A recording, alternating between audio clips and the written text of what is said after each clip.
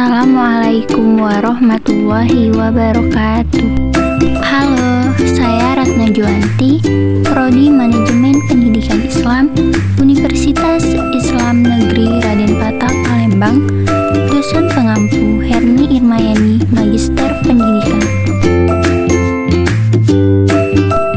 Apa itu kurikulum 2013? Kurikulum 2013 adalah kurikulum yang berlaku dalam sistem pendidikan Indonesia.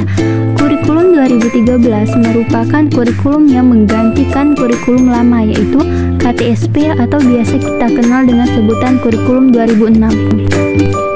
Pengertian kurikulum 2013. Kurikulum 2013 merupakan kurikulum yang terintegrasi atau terpadu sebagai suatu sistem atau pendekatan pembelajaran yang melibatkan beberapa disiplin ilmu untuk memberikan pengalaman bermakna dan luas kepada peserta didik.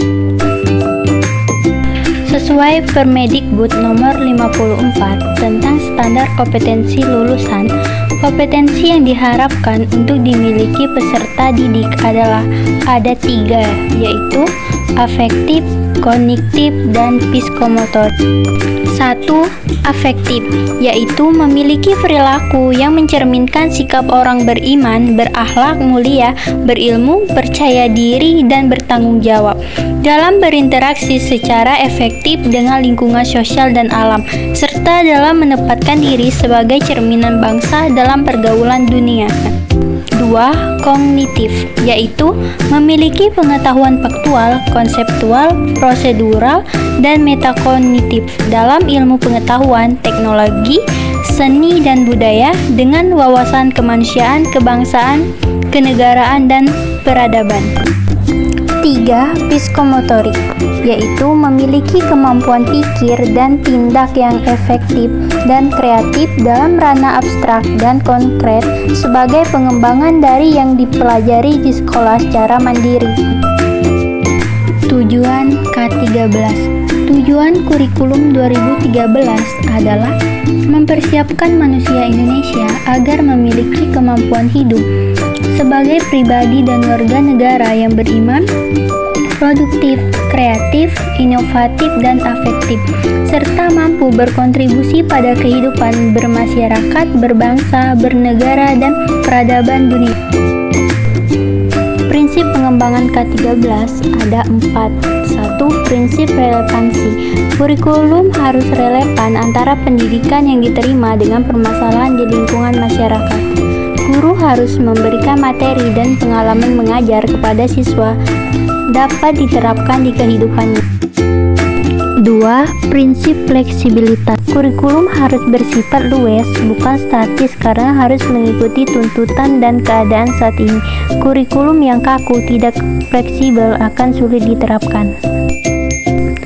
3. Prinsip kontinuitas. Prinsip ini mengandung arti bahwa perlu dijaga saling terkaitan dan berkesinambungan antara materi pada berbagai jenjang dan jenis program pendidikan.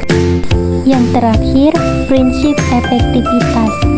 Kurikulum harus efektif dalam mencapai tujuan pembelajaran dan membantu peserta didik mencapai kemampuan yang dikehendaki. Karakteristik K13. 1. Isi atau isi kurikulum. 2. Kompetensi inti. 3. Kompetensi dasar. 4. Kompetensi inti menjadi unsur organisatoris. 5. Kompetensi dasar yang prinsip akumulatif. 6. Silabus dikembangkan sebagai rencana belajar untuk satu tema. 7. Rencana pelaksanaan pembelajaran dikembangkan dari setiap KD.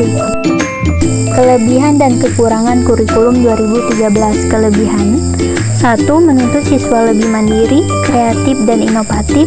2. Proses penilaian dilakukan dari semua aspek. 3. Menekankan kepada pendidikan karakter. Kekurangannya: 1. Sistem penilaian yang terlalu rumit. 2. Sarana yang belum memadai dan merata. Modul ajar kurikulum merdeka. A. Identitas modul, mata pelajaran ilmu pengetahuan alam, topik bagian tubuh tumbuhan, alokasi waktu 10 menit. B. Kompetensi awal, mengidentifikasi bagian tubuh tumbuhan dan mendeskripsikan fungsinya.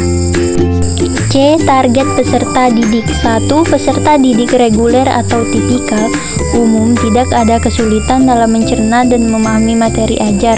2. Peserta didik dengan pencapaian tinggi mencerna dan memahami dengan cepat, mampu mencapai keterampilan berpikir aras tinggi (HOT) dan memiliki keterampilan memimpin. D. Tujuan kegiatan pembelajaran. 1. Peserta didik bisa mengidentifikasi bagian-bagian tubuh dari tumbuhan. 2. Peserta didik memahami fungsi dari masing-masing bagian tubuh tumbuhan. 3. Peserta didik bisa mengaitkan fungsi bagian tubuh dengan kebutuhan tumbuhan untuk tubuh, mempertahankan diri, serta berkembang biak. E. Pemahaman bermakna.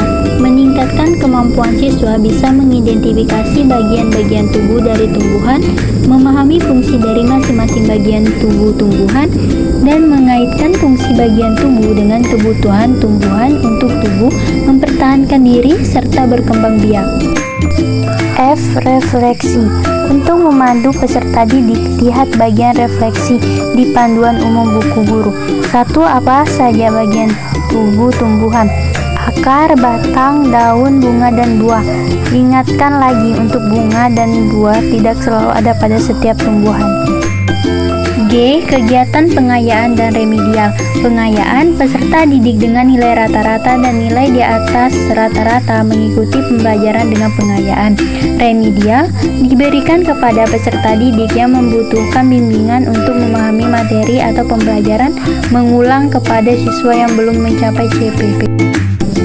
H. Glosarium. Peserta didik akan belajar mengenai tumbuhan dimulai dengan mengenal bagian tubuh tumbuhan dan fungsinya. Peserta didik diharapkan dapat melihat bahwa bagian tubuh tumbuhan berperan dalam proses pertumbuhan, mempertahankan diri, adaptasi, serta perkembangbiakan. Peserta didik juga akan belajar mengenai proses fotosintesis serta kaitannya dengan makhluk hidup lainnya. Perbandingan K13 dengan KTSP. 1. Penataan pola pikir. 2. Pendalaman dan perluasan materi. 3. Penguatan proses. 4. Penyesuaian beban. Sedangkan elemen yang berubah antara lain: 1. Standar kompetensi lulusan. 2. Standar isi. 3. Standar proses. 4. Standar penilaian. Perbandingan K13 dengan kurikulum merdeka. 1. Pendekatan. Kurikulum 2013 menggunakan pendekatan kompetensi, sementara kurikulum merdeka menggunakan pendekatan karakter dan keterampilan. 2. Fokus. Kurikulum 2013 fokus pada kemampuan akademik siswa secara umum, sedangkan kurikulum merdeka fokus pada pengembangan karakter dan moral siswa. Yang terakhir, fleksibilitas. Kurikulum merdeka lebih fleksibel dan memberikan kebebasan kepada guru untuk mengembangkan pembelajaran, sedangkan kurikulum 2013 lebih struktur dan memiliki pedoman yang jelas. Kesimpulan, kurikulum merupakan salah satu komponen yang sangat penting dalam dunia pendidikan karena kurikulum ini digunakan oleh pakar-pakar pendidikan, terutama guru-guru, sebagai landasan untuk mengembangkan proses pendidikan. Sesuai dengan kurikulum 2013, guru dituntut siap untuk melaksanakan pendekatan saintifik.